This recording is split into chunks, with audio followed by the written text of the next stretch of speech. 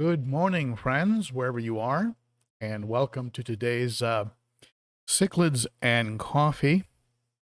And I see a lot of great names in the chat, and hope you're all having a warm cup of joe. Certainly a good day for it. It has warmed up here in Nashville to 27 degrees. So, but I'm not complaining. Some of you, like up in northern Canada, I see, and Vermont. I mean, you folks are right around zero, so I'm not going to complain too much. Fortunately, the heaters are working because the garage is a little colder than normal. I have the floor heater pointed right at me right now. That's how I'm able to be in a t-shirt. Otherwise, but I do have a sweatshirt here just in case. This is from the Teespring store. You can grab yourself one. Now, if you were first on the chat, I noticed somebody was very, very early today. And I think that was Charlie Clemens. Charlie, if you're still here, you were certainly an early bird. If you would like a set of channel stickers, these are the channel stickers. Just go ahead and we've got the Garage Gang. You can see that. And some of the logos, including the Cichlids and Coffee. Anyway, if you want some of those stickers, just send me an email to ben.o.cichlid@gmail.com. I'll be happy to send them to you. Just say you were first on the chat, and I'll get those right out to you. I appreciate you getting here so early. So how you all doing? Hope you're all doing well. And let me see here. Vibes Aquatics is here. And let's take a look through the chat and just to say good morning to some of you. DK25RS, Jenny Delgado, good morning to you. And Fish Ranch, love that name, in Disco Bay. Where is Disco Bay? I asked my wife about it. Have you heard of Disco Bay? You know, I imagine this town with this big sort of mirrored ball on top of it. You know. And Peas and Haps Forever, hello. Oink Master Supreme Forever. You've got to tell me how that you came up with that name. Are you like you own a pig or do you... I love some of these names. Hey, Joyce Brown, good morning to you. And Cat Sailor, hey, buddy. And let's see here. Jane Rose in the UK. Hey, Jane. I heard some good news from, actually, that was from Ireland. I heard Ireland has officially lifted all restrictions and it is back to life as normal in Ireland. I think that's true. Maybe you know about it over in the UK. But I got sent a video from my son who's in Dublin, working in Dublin, a big square in the city where they did an announcement over a large screen TV, and everybody just lost their mind. And so, anyway, good news there. Amber Key, hello, Amber Key, over in Washington, one of my favorite parts of the world. Hey, Jerry, glad you're here, buddy. I have the best moderators around, Jerry's Fish Room. Visit Jerry's Fish Room and help his channel get going. Jerry's a good guy, and he will be at Aquashella. I saw one of you asking about Aquashella. I will be there, possibly with James Largo, and certainly Jerry will be there. I think Brandon, the Blind Fish Keeper, is going to be there. Check out the Blind Fish Keeper's channel as well. And Social Discussing, hello, in Frigid, New Jersey. Bratface, are you new? I haven't seen you around. I keep getting asked by the chat, do I want to show your name? It's picking it up for some reason as, is this person being like, you know, outside the rules or something because of the name? So if you've posted something and the comment didn't show up, realize it's because it's being filtered because of the name Bratface. It's kind of unusual why it would do that. But anyway, when I see it, I just go ahead and hit allow. And I think the moderators can do that too. And hey, Denny, I'm glad you're here, buddy. Not too far from me, a couple hours away in Oak Ridge, Tennessee. And John Wallace, hey, Art Baglio's here. And John, thank you so much, John. John Wallace, you know what I'm talking about. And Solar King Ronnie, hello, Solar King Ronnie. And Brandon is here, the blind fish keeper. Your little green terrors are still like around an inch or less, but doing very well. One of them is dominant and colorful and very aggressive in the eating. The other two kind of hang back, but they're very, very cute. And hey, GP, William Gonzalez. Good morning, William. And Joe 636. What if I don't drink coffee? That's okay. Sometimes in some parts of the world, it's much later. So some people will be having a beer. Beers, Cichlid and Suds, I think was the idea of a program we're going to be doing in the afternoon. Cichlids and Suds. What do you think about that? Hey, Denny, thank you for the sound check. I appreciate that. You start the stream and you cross your fingers. So today we're going to be talking about some interesting topics. I was giving some thought to this, and it's really interesting. There's a few things that we agree on, that we all agree on. We all agree that there should be water in the aquarium. and right about at that point, we start to branch off. We start getting into anecdotal, this works for me. We start getting into this is how I do it. This is the way I've always done it. We start getting into voodoo and cults and all kinds of crazy stuff right after we all agree on the water. So let's talk about some of these subjects and how things end up that way. And let's start off by just getting the stream officially started.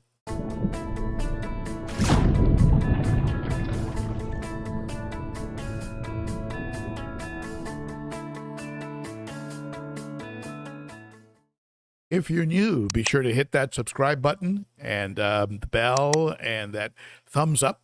And that tells YouTube something good is going on and encourages YouTube to put the videos of this channel in front of other fish keepers.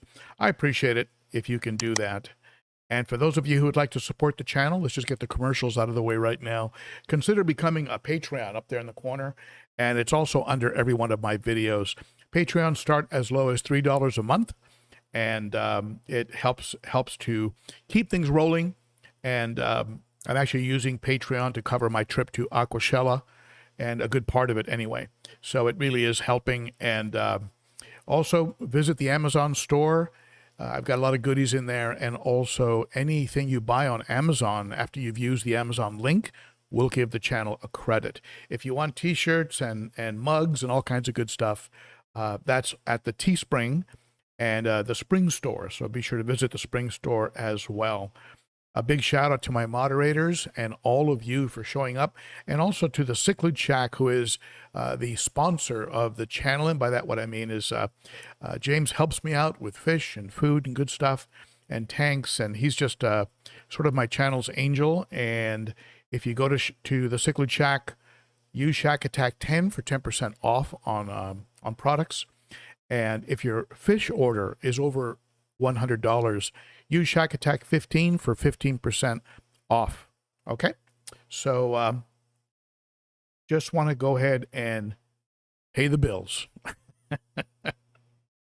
So I'm going to get into some of your questions, but one of them that jumped out at me, I'll just tell you right now, Vibes Aquatics. Yes, you can use aquaponics, and as a matter of fact, I think Half Man, Half Cichlid had an aquaponics going. Essentially, what you can do is you can get one of those above the tank sumps, or even create a pump system that's next to the tank, where water from the tank circulates into some type of a platform of some kind. It could be a tray, it could be a tub, right, with different things in it. And very heavy with plants, and then something pumps the water back to the tank.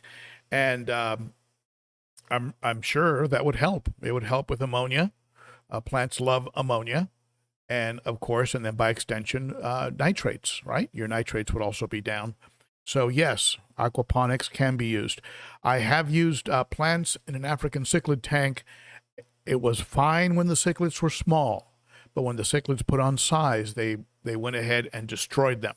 I knew Mabuna would, but I thought that peacocks and haps would be okay with Anubias. Two prominent, very well known, if I said their names, you'd know them immediately, YouTubers said that Anubias could work because they're kind of bitter, and you do get some plants on the shores of Lake Malawi. It's not completely devoid of plants, so there are some plants there that survive. But so I tried them, and I think fish just they're just all of them are just dory. They plant, bite, that's horrible, that's bitter, spit, and then plant, and then it starts over again. And so the plants were just shredded. I had plant material floating all over the tank. And so, yeah, you probably have to go with an aquaponics, maybe something that can fit in filters, like hang-on back filters that would run roots down into the filtration. I would be concerned about things getting blocked a little bit. But at any rate, let's talk a little bit about today's topic. And there's probably about as many opinions about some of these fish keeping techniques out there, whether we're talking about water changes. I put a video out on water changes. I mean, how much water change do you need? And all of the moving parts that go with that, right? If you have more stock, you add more stock. You need to do a bigger water change, right? If you are feeding more, things of that nature. So it's a moving, fluid situation, and yet we fall into patterns. We fall into patterns like I've always done a 50% water change once a week, and that's the way I've always done it. Well, the fish were about 2 inches a year ago. Now they're 5 to 7 inches, and you have 3 times the number of fish. It's not one of those things that should be in concrete. Now, people say, well, it's working. The fish look good. Okay, well, all right. But, things are working usually before they stop working, right? I mean, it works until it doesn't. People tell me, well, look, can I put Mabuna with peas and haps? It's working in my tank. I've got Mabuna with peas and haps. A lot of people tell me that. They've been together. These things, they work. They work until they don't work. And then there's a mad rush to separate out the Mabuna and set up another tank or take a bunch of fish to the local fish store or, give them away or whatever. And so, there's just a lot of ideas out there. And yeah, your Vibes Aquatics, it is a fluid situation, as you say. And so there's just a variety of these things. You can't overfilter. How many of you have heard that? You can't overfilter. And I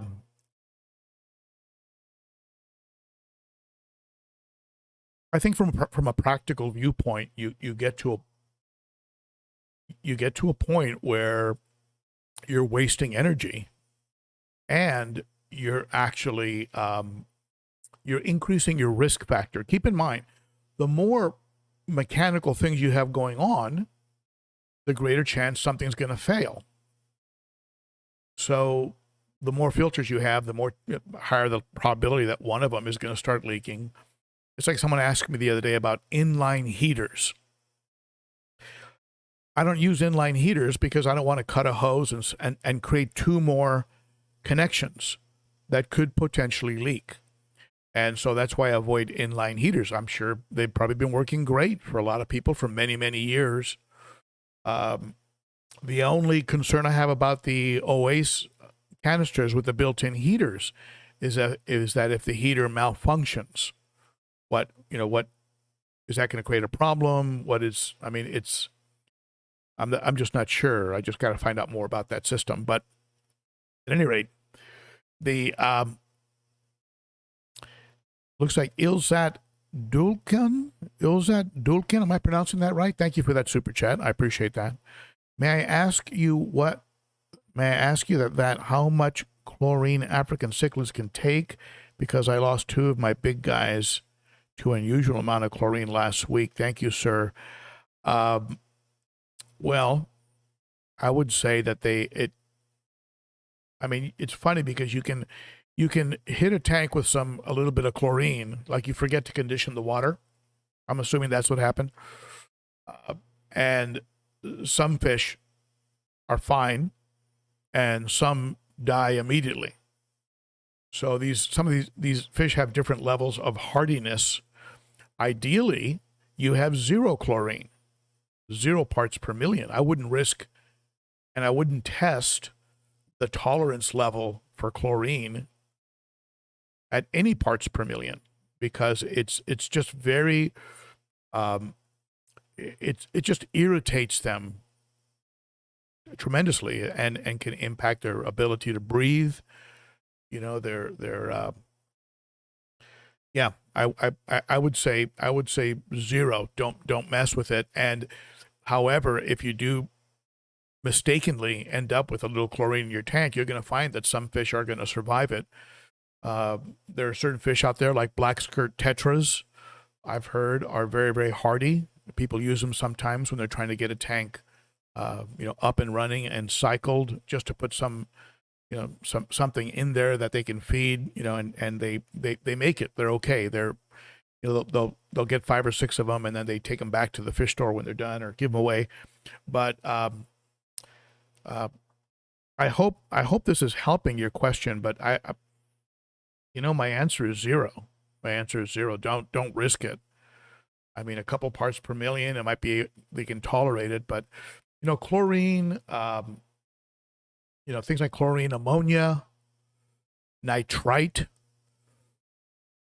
just don't mess with it. It just puts them in distress. It just really creates distress. Nitrates, it's kind of amazing how much, and that's another one of those topics.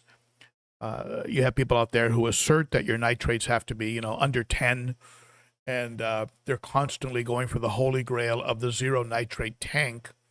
And then you have another school of thought that says that your nitrates can be well over 100, as high as 400, before your fish are going to start showing any real signs. Are they going to breed in 400 parts per million nitrate? Probably not. Probably if you want breeding, you're going to have to bring that number down. But again, we agree that we need water. How much nitrates? Again, we're off on a big discussion. We agree that we don't even agree on water changes, because there are people out there, even under that video that I posted on water changes, that commented, I haven't done a water change in over a year. So again, you go off into these different directions, and it quickly goes off into anecdotal and rumor and hearsay and the way we've always done it, and voodoo and cults and whatever. And so there's some science in there, right? We know we need beneficial bacteria. We know we need some oxygen in the water. And but there are folks out there that are lightly stocked and heavily planted. Like I just saw something at the MD Fish Keeper.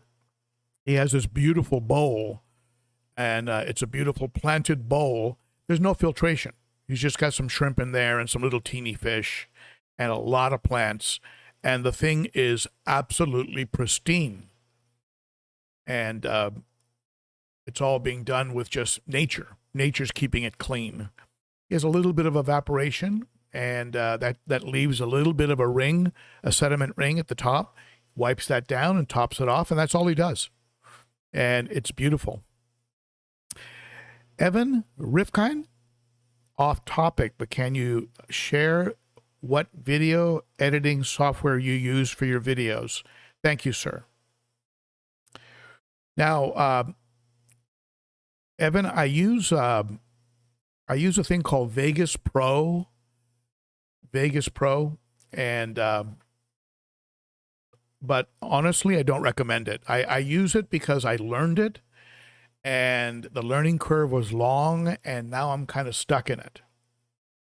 If you're gonna edit, and if you're gonna learn something, if you're gonna learn a software and go through a learning curve, I suggest something like DaVinci.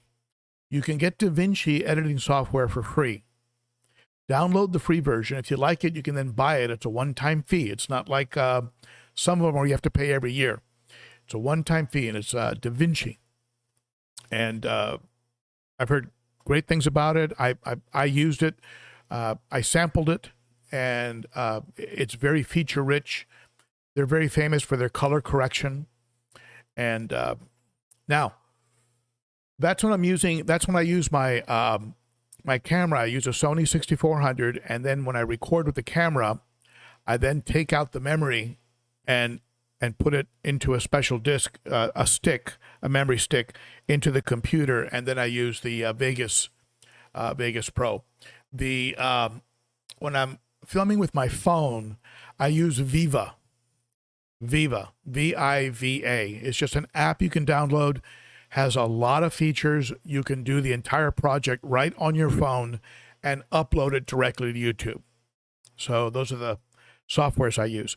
Now, that's different from my broadcasting software. The platform that I'm broadcasting off of right now is called OBS, Open Broadcasting, I think. And it's just a free platform. It's been in use for many years. It's rock solid. It's called OBS, and you can download it for free if you want to do live streaming.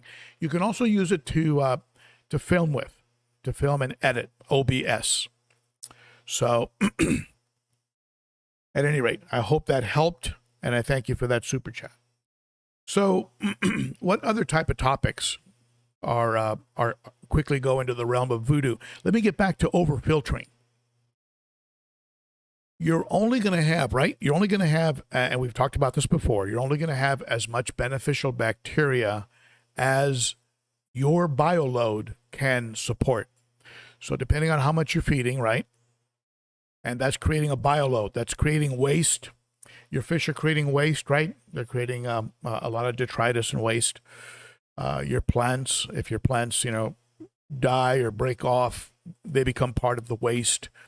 And so depending on how much waste you have, that's how much beneficial bacteria you're going to be able to support. And that population can be spread out over 6 canister filters on a 100-gallon tank, or it can be spread out, in the decor and plants and 1 canister filter in a 100-gallon tank.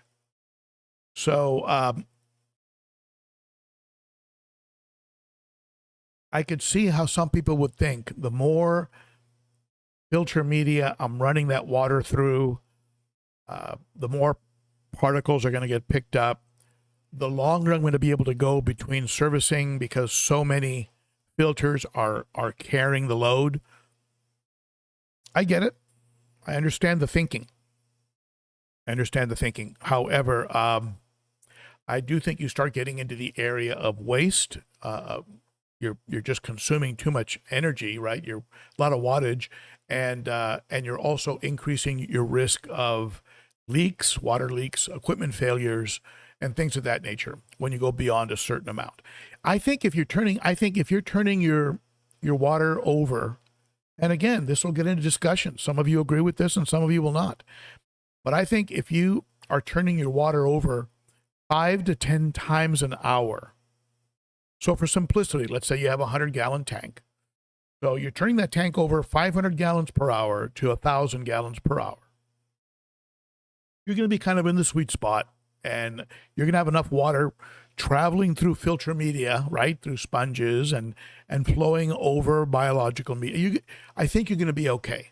I think that's the sweet spot. Always keep in mind that when you stuff your filters with media, your gallons per hour are going to go down because the pump is usually rated empty. This is how much water the pump pushes with nothing obstructing it. That applies to sumps. The pump is rated at 2,500 gallons per hour, but you're losing gallons per hour depending on how long the hose is, right? Depending on the height that water has to get pushed up to get back into the aquarium. Now, add to that, the media that you put in the filter is slowing down the gallons per hour, and then as that filter is doing its job and the media becomes clogged, which it should if it's doing its job, your gallons per hour will start to go down even more. So you might start at 10, you might start at 10 times. You might start at 1,000 gallons per hour, and in 3 months that you haven't serviced your filters, you're down to 600 gallons per hour just because of the waste buildup, which is what should be happening. And then when you clean everything out, right, you start to recover and go back up to closer to 1,000 gallons per hour. Tree 77, welcome to today's live stream. I haven't seen that name before, Tree, and thank you for that super chat. Tap is 8DKH, 8DGH, 8PH. Is this okay for Mabuna? Well, your pH is spot on. I think I'm not familiar with degrees of hardness. I don't usually look at it that way, but you definitely want a harder water. That's something you can help to fix gradually by adding some limestone. You build a few limestone cages and your hardness will be fine. Add a little bit of crushed coral, either in a bag inside one of the filters or actually in the substrate. And but boy, your pH is I wish I had that pH. My pH is around 7.2 out of the tap, and with 500 pounds of crushed coral and aragonite, it starts to go up sort of gradually a little bit, but not that much. But yeah, I think you'll be fine. And, fish, they do adapt. They do adapt to this. Now, while we're talking on adaptation, fish adapting and acclimation and things of that nature, I came across a discussion on acclimating fish. There are some people that bring the fish home and drop them right in the tank.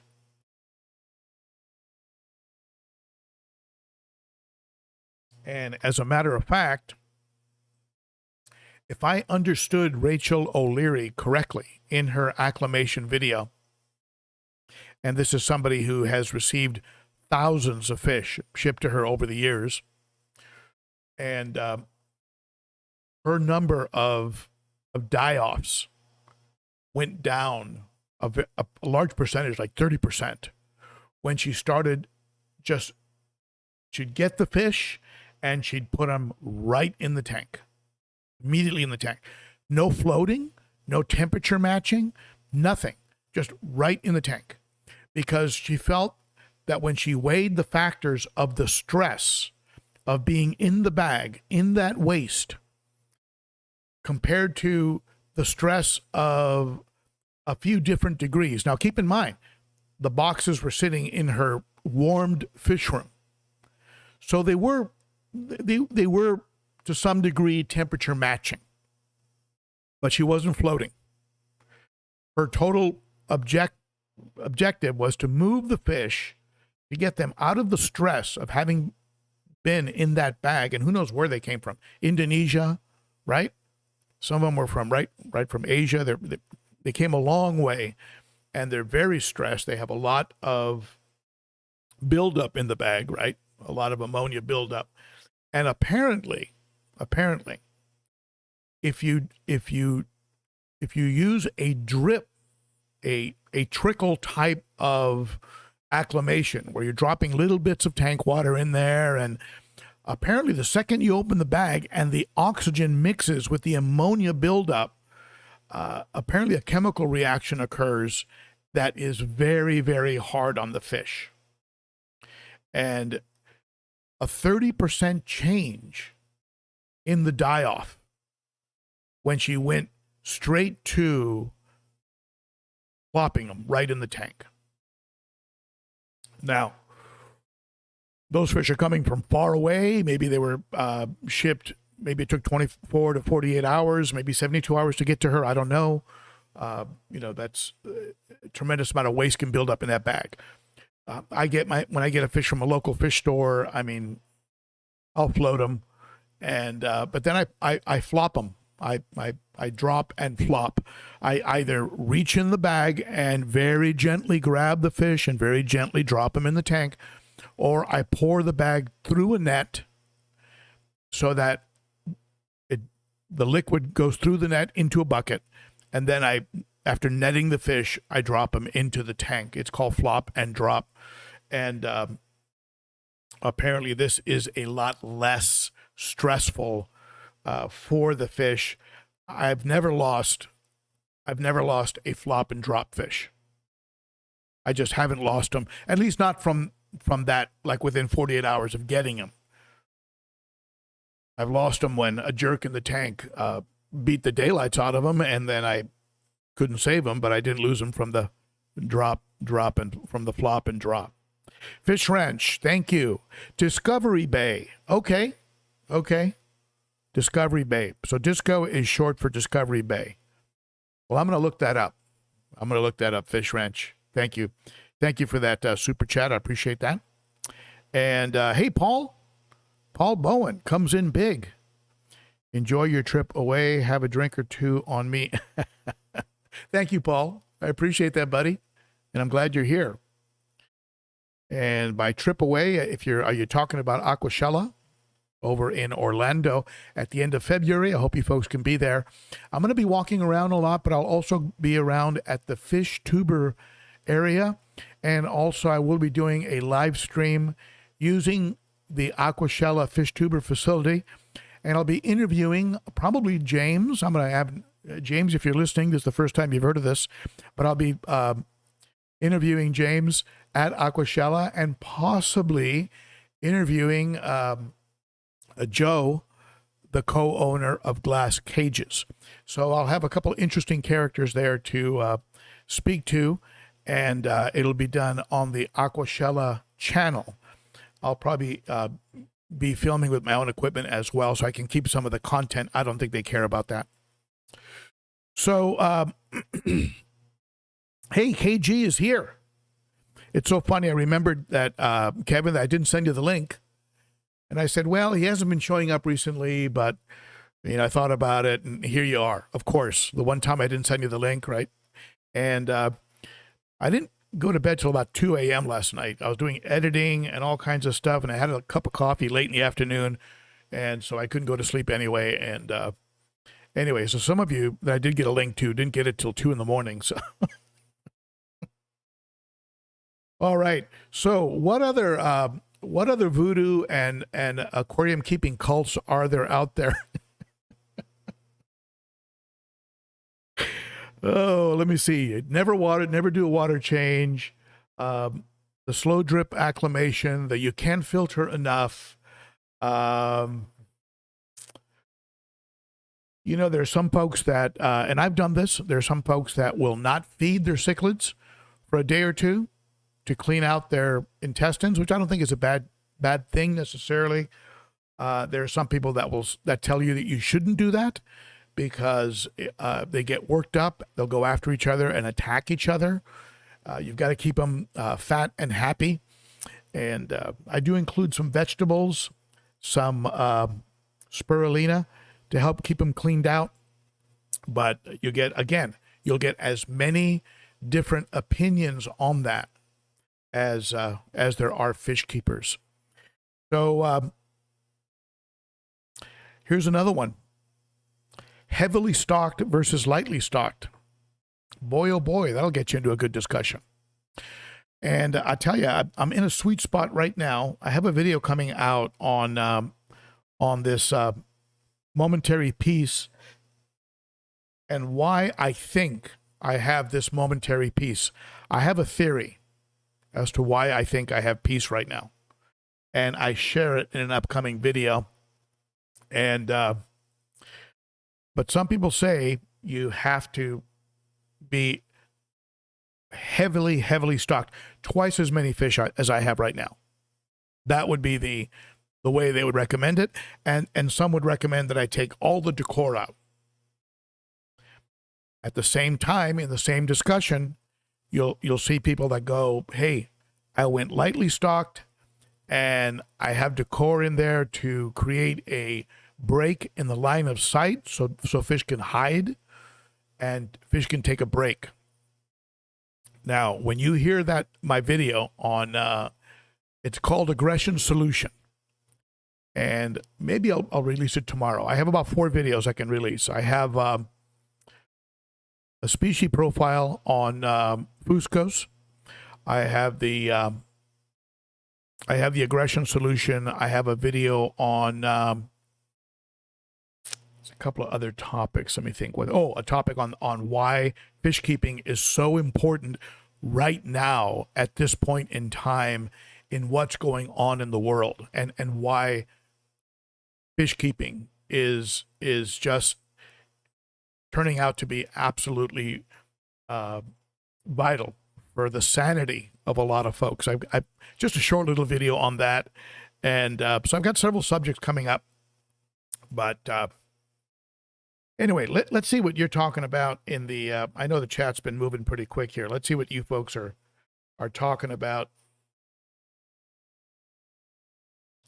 If you have some questions, go ahead and ask them. You see, I've got my eye on the chat right now. So do those fish. They're staring at it.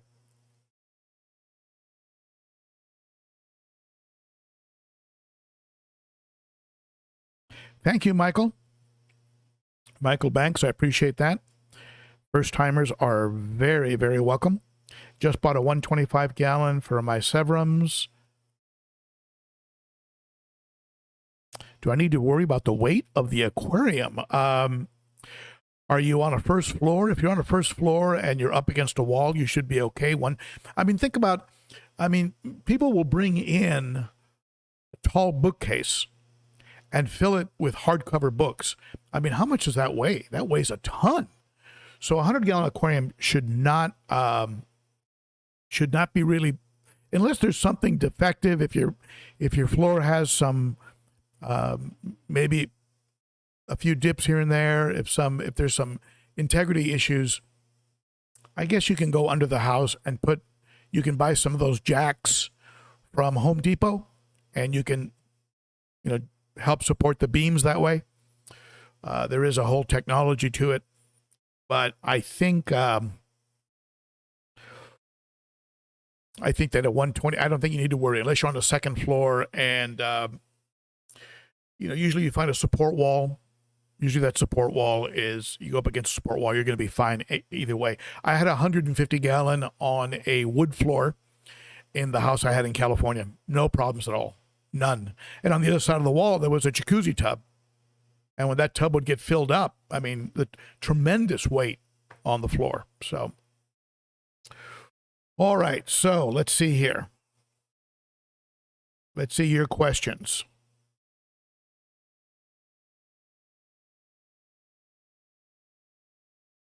Jason says, thanks for the suggestion on the Inkbird heater controller. I wasn't a controller guy, and I just kept getting so many emails and messages from people about their fish cooking.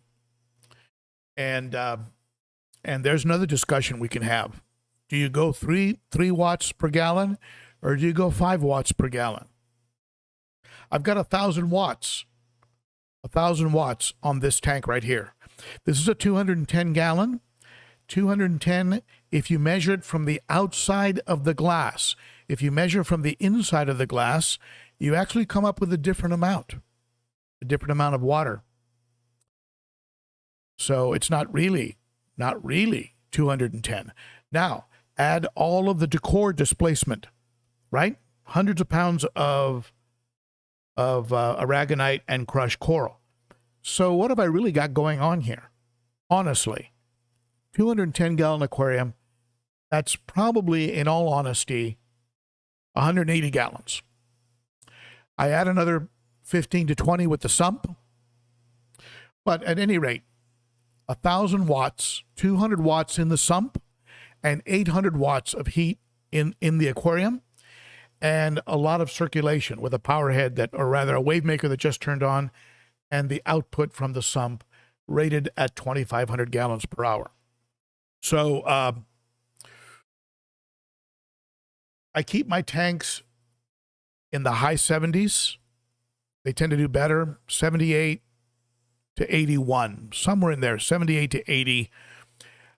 The controllers are set to shut off the power at about 80, 81 degrees. The controllers shut the power off to the heaters. So if the heater goes crazy, if it has that little contact point in the thermostat, right, that the contact point, if it fuses and sticks together, which doesn't really happen with your titanium type heaters, but your less expensive heaters, that little contact point can stick, and it'll just keep heating and heating and heating, and you come home and your tank is 92 degrees and your fish are dead. What the controller does is it'll pick that up at 80 degrees and shut off the power. And so that's why I use controllers. But I do run around 79, 80 degrees.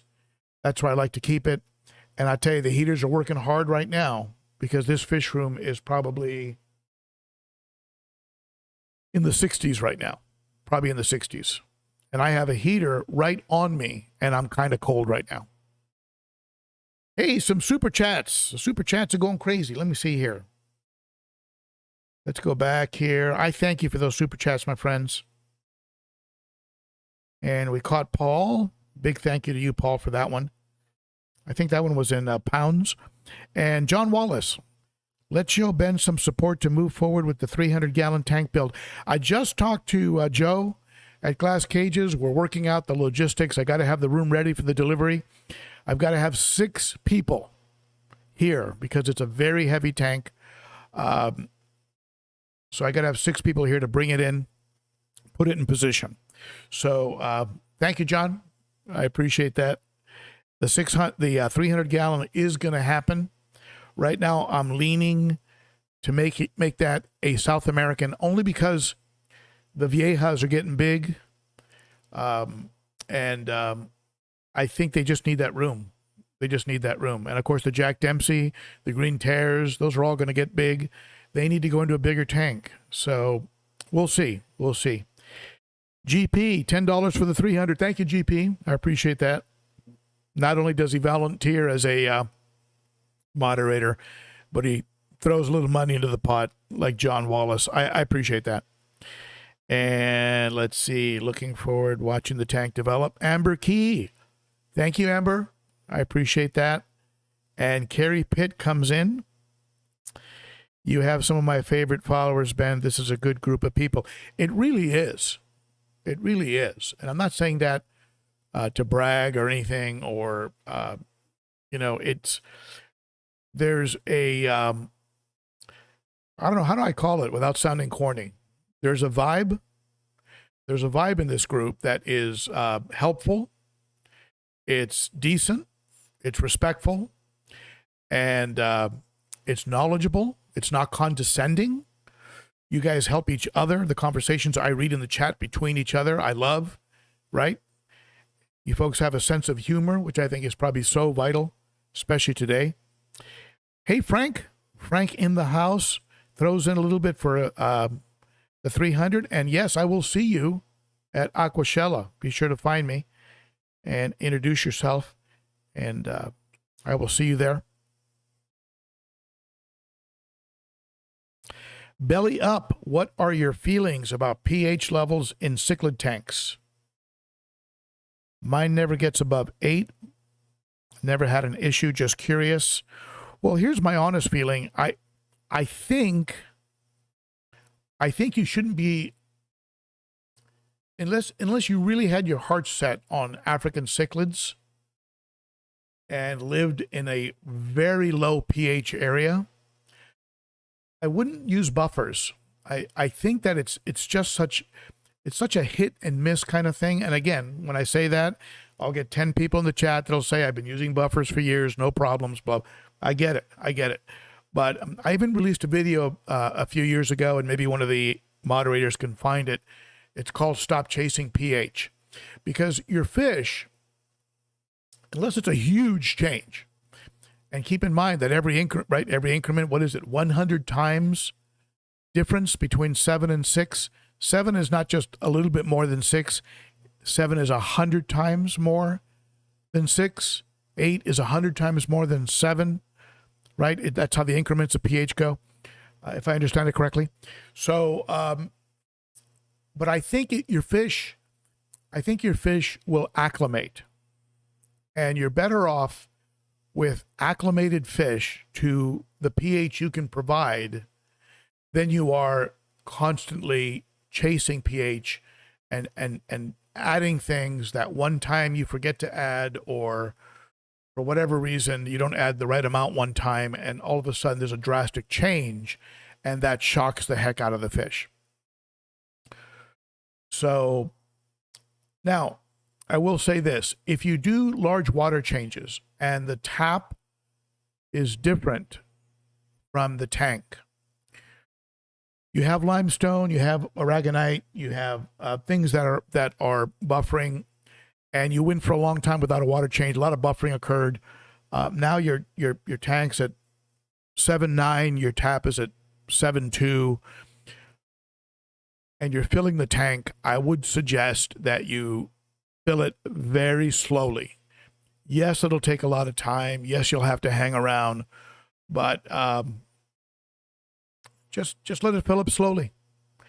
And the shock on the fish will be very, very minor. It'll be very minor.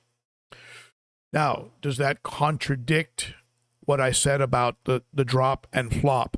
No, it doesn't, because we're talking about fish that were in a bag and are now sitting in a pool of ammonia. And so that's very different from what I'm talking about when you're filling up your tank slowly, because of a big difference between tank and tap. And if I had to make one recommendation that doesn't get done enough, thank you, John, for finding that video. One thing that doesn't get found or done enough probably is people testing their tap.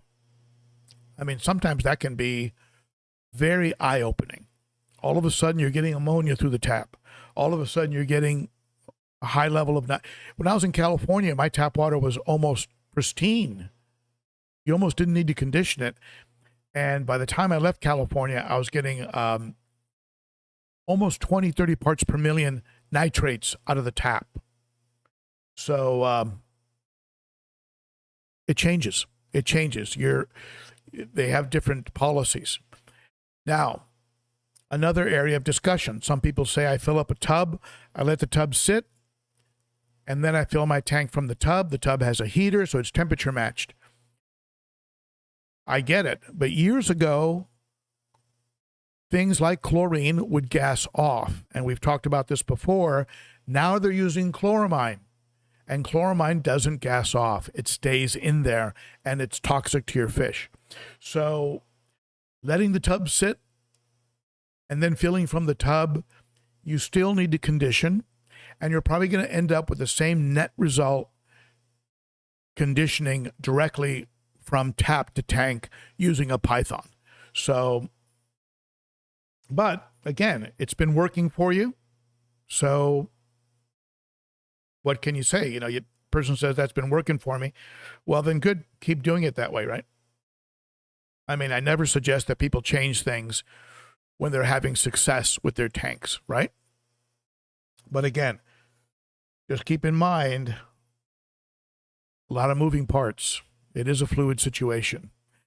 And sometimes you got to sit back, and I certainly have over the years, and realized that I've gotten into some type of a voodoo cult about how I do maintenance, and I haven't taken into account that circumstances have changed and I need to step back and change what I'm doing. And that has impacted water changes, it's impacted feeding, it's impacted temperature, it's impacted how often I service my filters. Every aspect has gradually evolved. And what I asserted, this is why if you're new to my channel, take all of my earlier videos, take all of those with a grain of salt, and then move forward to the more recent ones. And that's where you'll probably get the more accurate information. And no YouTuber has it right 100% all the time. I certainly haven't. And anyway, if you're watching this and you're new to the channel, watch videos that are under a year old. You can watch them all. That's okay. I'm just messing. So, all right. So where are we? We got about 9 minutes left here. So get your questions in now or forever hold your peace. And Jason Ferguson, I picked up the Cichlids salt and added a little to the tank. Not going to use it a lot. Just add it once in a while. Now, when you say cichlid salt, Jason, is that salt? Are you referring to a salt like Seachem? They have a salt that tries to add the trace minerals of Lake Malawi. That is not salt. That is not salt like table salt or kosher salt, the kind of things people use in aquariums, right? That's different. That's actually trace minerals.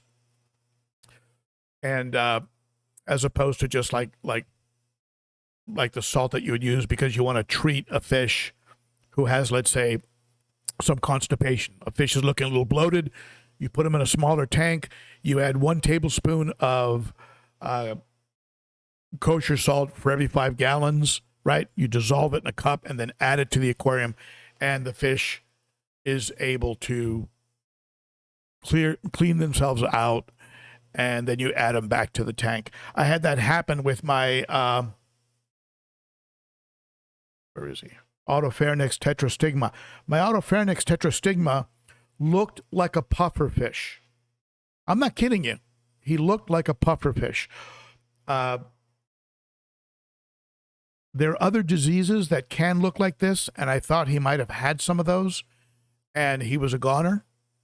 But it turned out to just be his osmoregulation. Like he had a problem with osmoregulation. His scales were kind of standing up. His eyes were bulging. His stomach was fat. And so I said, okay, I'm going to put him in a 5-gallon tank and just keep a big dose of salt so I can get him to come over here. Come over here. Come on. This guy right here. Come on. I don't know if you can see him. He's an absolutely gorgeous fish. Autopharynx tetrastigma, one of my favorite all-time cichlids. Anyway, the salt worked. If I had used the Malawi, the Seachem salt, the lake salt, it wouldn't have done anything. That's just trace minerals. I needed a strong salt product, and it saved his life. See him back there. Saved his life, and he has gone on to just become an absolute stud, beautiful fish. And he sort of is the kind of the tank boss.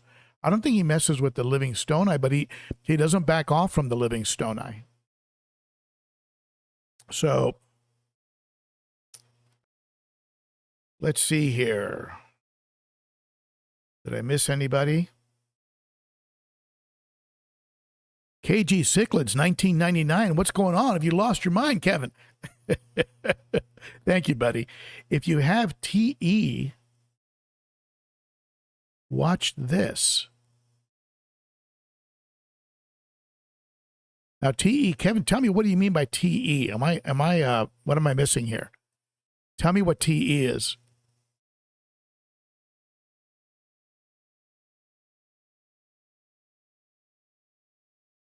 But thank you for that super chat, my friend.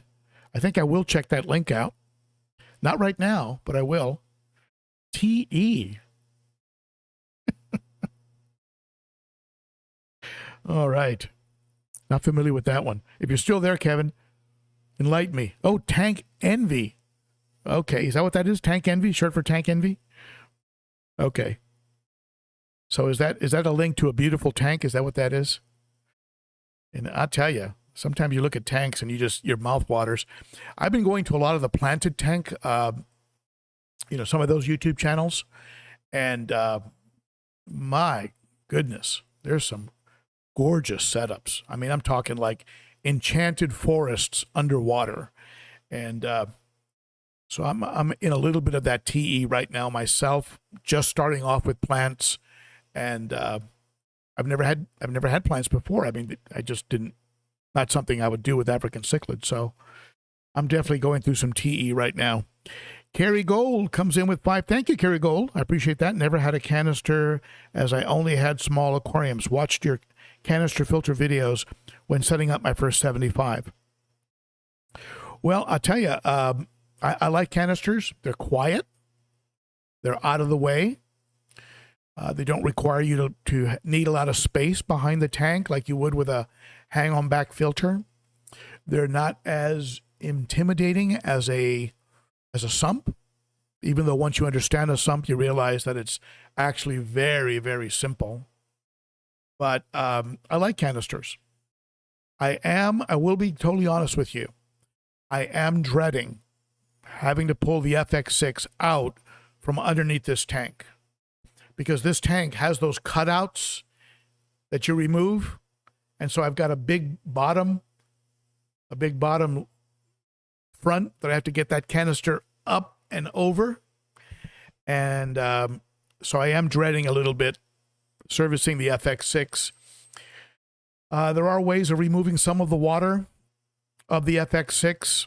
You close the intake, remove that hose, put your hand over that opening, start the canister up again, and open up the output, remove your hand from the intake, and it'll flush some of the water back into the tank. Clean water, filtered water. And so that'll remove some of the water. And then it does have a bottom valve, but that bottom valve is not going to pump out water unless it's higher up. I mean, it has to be high up. And anyway, I'll figure it out. I'll figure it out. It does have a purge valve at the bottom. I'll figure it out. So, but canisters are great filters. They can go for long periods of time. If you have a pre-filter on them, like a sponge over the intake, like I have back here on the intake, a big, large sponge I picked up from Corey at the Aquarium Co-op, you can go longer between maintenance because it picks up a lot of the bigger particles, and food doesn't get into it. Food collects on the sponge, and then the fish come over and they eat the food off the sponge, and so it's good that way too. So, at any rate, let's see here.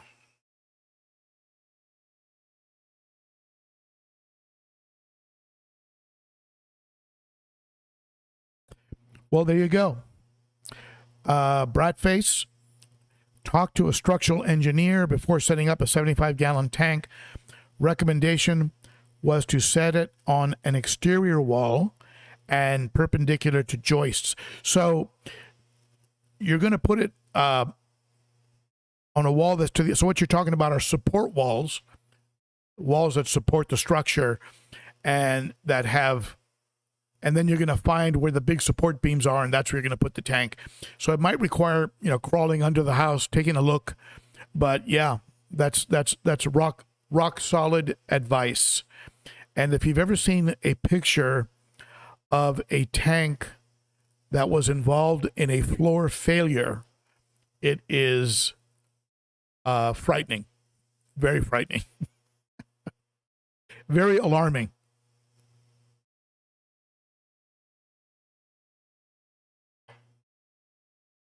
Gus, yes.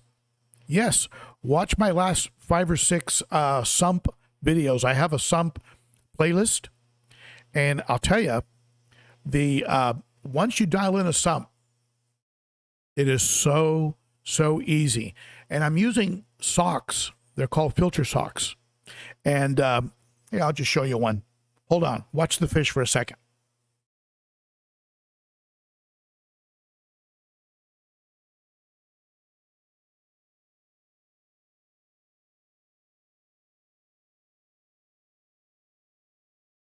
This is a filter sock, and it's 4 inches across and 14 inches deep. The water level goes to about right here in the sump. And what these are like pre-filters. I have 2 of them. The overflow, what is called the gyre, those teeth, the water overflows into that, and then goes into what's called a beam animal. I'm giving you all these terms. I'm sorry. A beam animal system. It's got an emergency overflow in the case you get blocked. It's got a middle and an outside. It's got 3 ways to drain water. So it's never gonna really block or get overflowed. And so 2 of them go into 2 socks, and these socks are pre-filters, basically. They work as pre-filters. And so they catch all the gunk. Two times a week, I swap them out. I've got several pairs of socks. I swap them out. I clean these out really good. I keep squeezing them until all the gunk comes out of them. And then they're ready to swap out again. So it keeps the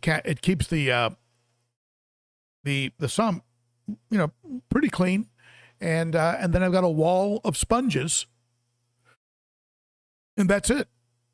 2 pre-filters, a wall of porate, right? Swiss tropical sponges, 3 inches thick. And then it overflows into the return chamber.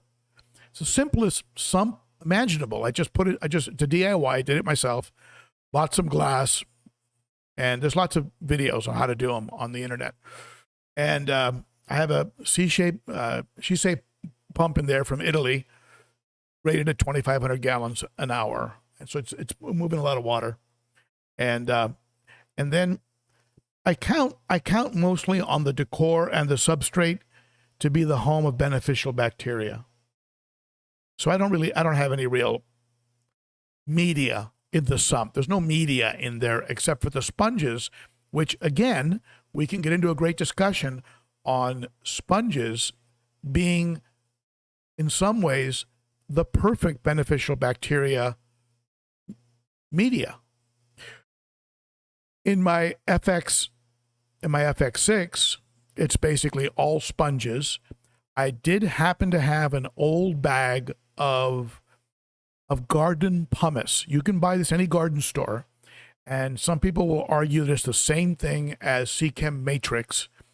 White pumice. I have a big mesh bag of white pumice, and that's inside the FX6. It's one of those things, well, I've got it, I'll throw it in there. But I tell you, I could have gone all sponges and used it for polishing, and I would have been happy. Again, because those sponges will house beneficial bacteria. But in my case, I count primarily on a 4 to 5 inch deep substrate as the primary home for beneficial bacteria. And that can lead us into a whole other discussion. And people will argue with me about how I'll never get anaerobic bacteria growing near the bottom. And some people say, yes, you will. And anyway, like I said, we all agree on water. We need water. We should feed the fish, and they need oxygen. And from that point on, it's all voodoo and cults from that point. Someone asked about lighting. I run my lights 4 hours in the morning, 4 hours in the evening. They're on a timer. They turn on, they turn off. And automatically, I don't touch them. I have a video coming out on a new light. This is a new light, a 48-inch light up here. I had a 30-inch light. Now it's 48 inches, so it's giving me better light coverage in the tank. And I have a video coming out on that lighting system. And it's there's some pluses and some minuses to the light, and you'll see it in an upcoming video. That was that other video that I had. I have a light review video. I have a species profile on the Fusco. I have a why fish keeping is vital in today's world. And anyway, so I've got several videos in the queue. So stay tuned. Tomorrow morning, I'll probably release the why fish keeping is so vital. Or I don't know, would you rather see the aggression solution? I have a conclusion I came to as to why this tank is calm. The video is called The Aggression Solution. Maybe you'd like that video more.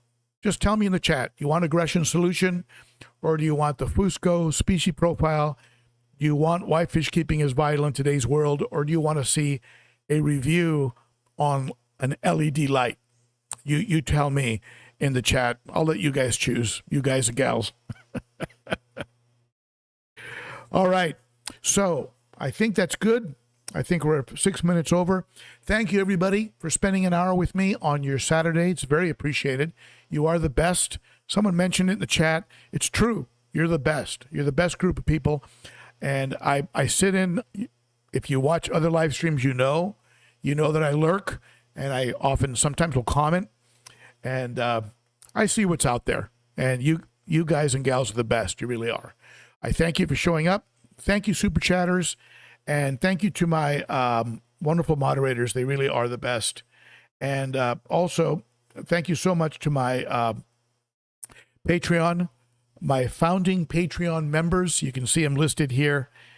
And they are helping to keep this fish room operating and running and doing what it needs to do. I thank you so much, my friends. And that's it for me. Thank you, everybody. Have a wonderful weekend. I'll see you next Saturday. Watch for some videos tomorrow, Sunday, and probably one Tuesday, Thursday, and then I'll see you again this coming Saturday. All right? Okay. Bye, everybody. Take care. Stay warm.